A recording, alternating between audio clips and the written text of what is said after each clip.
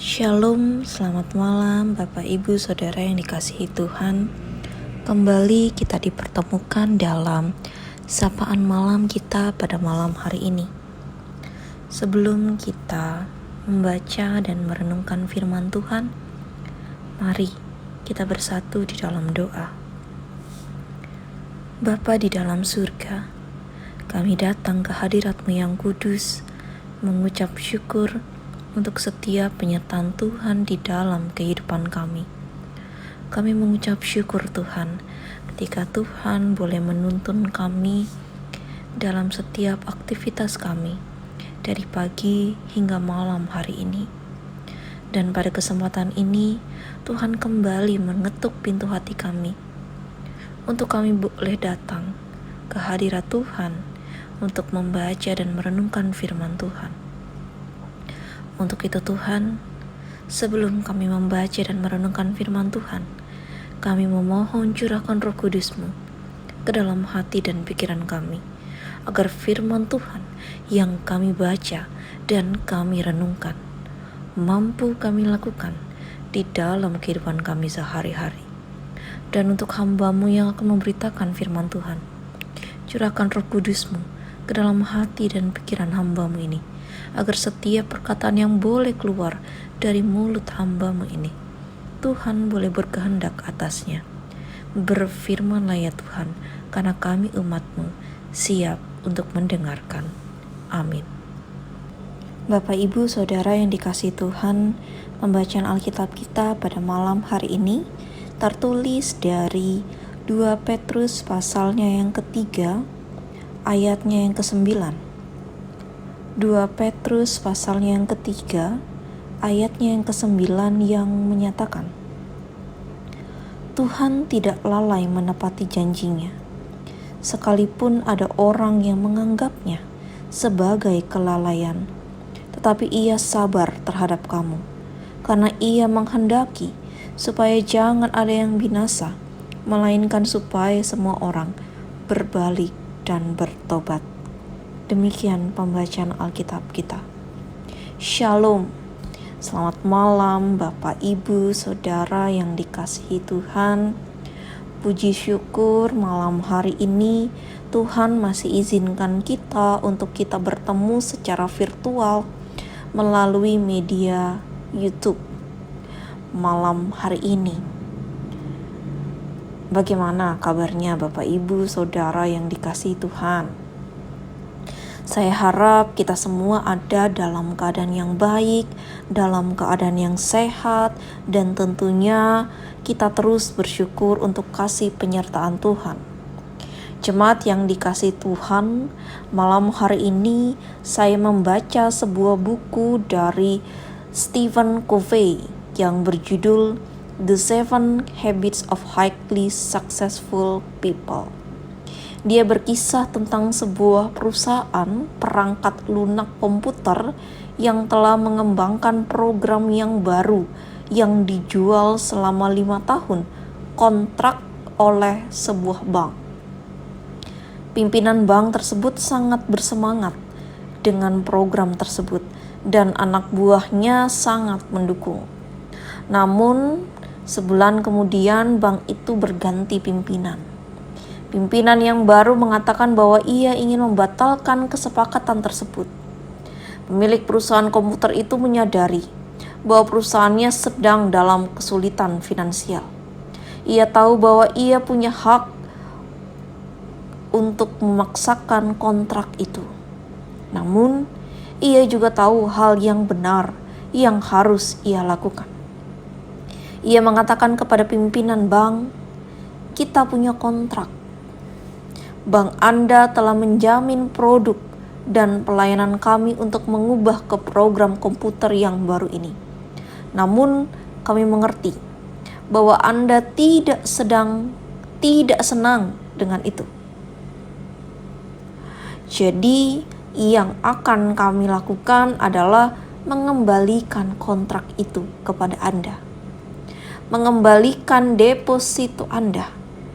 Dan kalau Anda mencari-cari solusi perangkat lunak di masa depan, maka kembalilah dan temui kami lagi." Bapak Ibu Saudara, dengan berbuat demikian ia membatalkan kontrak senilai 84.000 US dollar. Itu seperti tindakan bunuh diri bagi perusahaannya. Namun 3 bulan kemudian, pimpinan bank yang baru itu menelepon untuk mengatakan bahwa saat ini perusahaannya mengadakan perubahan dalam pemrosesan data. Dan sang pimpinan tersebut ingin kembali berbisnis dengan perusahaan komputer tersebut. Pada akhirnya perusahaan komputer tersebut menandatangani kontrak senilai 240.000 US dollar. Jemaat yang dikasihi Tuhan, kisah dari buku The 7 Habits of Highly Successful People mengingatkan kita bahwa Tuhan itu tidak pernah meninggalkan kita. Ketika kita menjalani kehidupan kita dengan tidak egois, berlaku yang baik dan benar, maka Tuhan pun tidak akan melupakan janjinya kepada kita.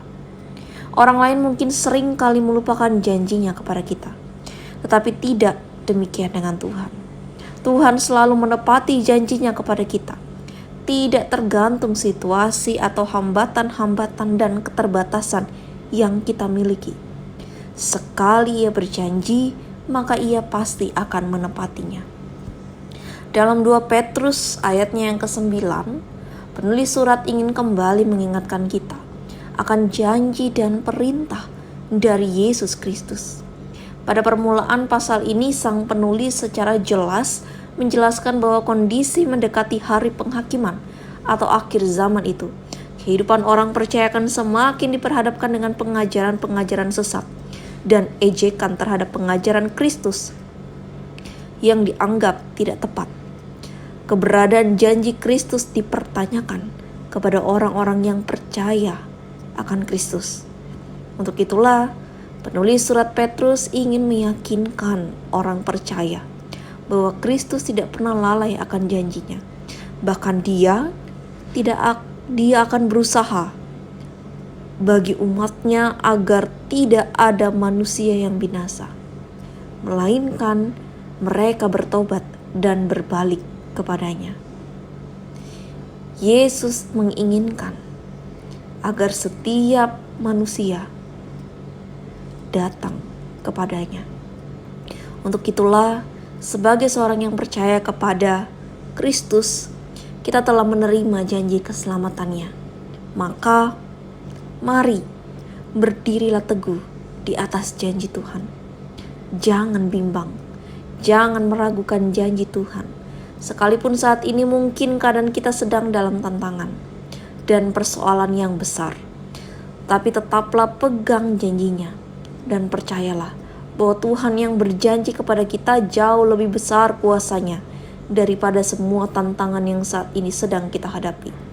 Jangan pernah malu dan jangan pernah lelah untuk meminta pertolongannya untuk memampukan kita. Tuhan menyertai kita. Amin. Mari Bapak Ibu Saudara, kita bersatu di dalam doa, kita berdoa. Bapa di dalam surga, kami datang ke hadirat-Mu yang kudus, mengucap syukur untuk setiap penyataan Tuhan dalam kehidupan kami. Kami bersyukur Tuhan malam hari ini, Tuhan kembali mengingatkan kami bahwa Tuhan tidak pernah meninggalkan kami. Tuhan selalu ada bersama dengan kami. Tuhan tidak pernah lalai akan janji Tuhan. Tuhan tidak pernah lalai akan janji keselamatan bagi kami semua orang percaya. Untuk itu Tuhan, mampukan kami sebagai umat-Mu, agar kami dapat terus memperbaiki diri kami hari demi hari, sehingga kami benar-benar layak untuk mendapatkan janji keselamatan-Mu. Malam hari ini Tuhan,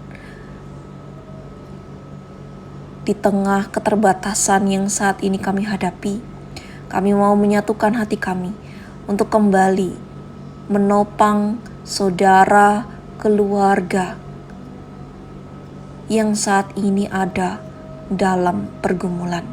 Tuhan, kuatkan mereka, mampukan mereka untuk terus meminta pertolongan dari Tuhan untuk memampukan mereka melewati setiap pergumulan yang ada. Kami juga berdoa untuk keluarga pribadi yang saat ini ada dalam kelemahan tubuh. Tuhan mau jaga, berikan pemulihan yang terbaik yang asalnya daripada Tuhan. Berikan kekuatan bagi keluarga, berikan kesehatan, berikan sukacita, agar keluarga yang boleh menemani juga dapat merasakan cinta kasih Tuhan di dalam kehidupan mereka. Bapa di dalam surga, malam hari ini kami juga berdoa untuk bangsa dan negara kami, Indonesia.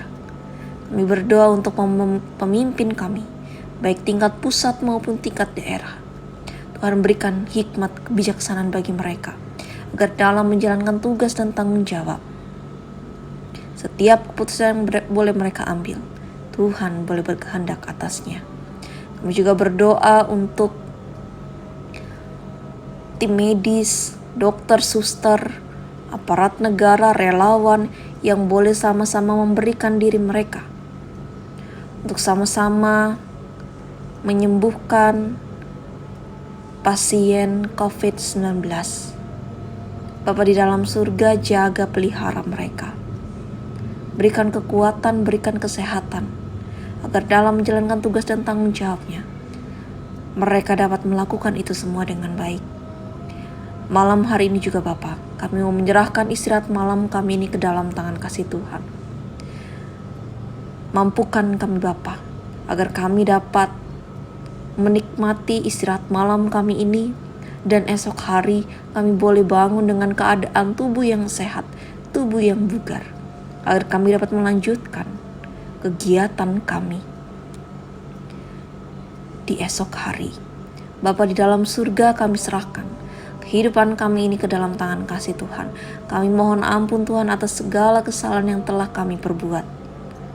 Ingatkan kami terus Bapa, tegur kami ketika kami mulai menyeleweng dari jalan Tuhan. Ini doa syukur dan harapan kami Bapa, di dalam nama anak-Mu Yesus Kristus Tuhan dan Juru Selamat kami berdoa. Amin. Demikian sapaan malam kita pada malam hari ini. Tetap di rumah, tetap jaga kesehatan Bapak Ibu Saudara, tetap terapkan protokol kesehatan dengan baik. Tuhan Yesus memberkati kita.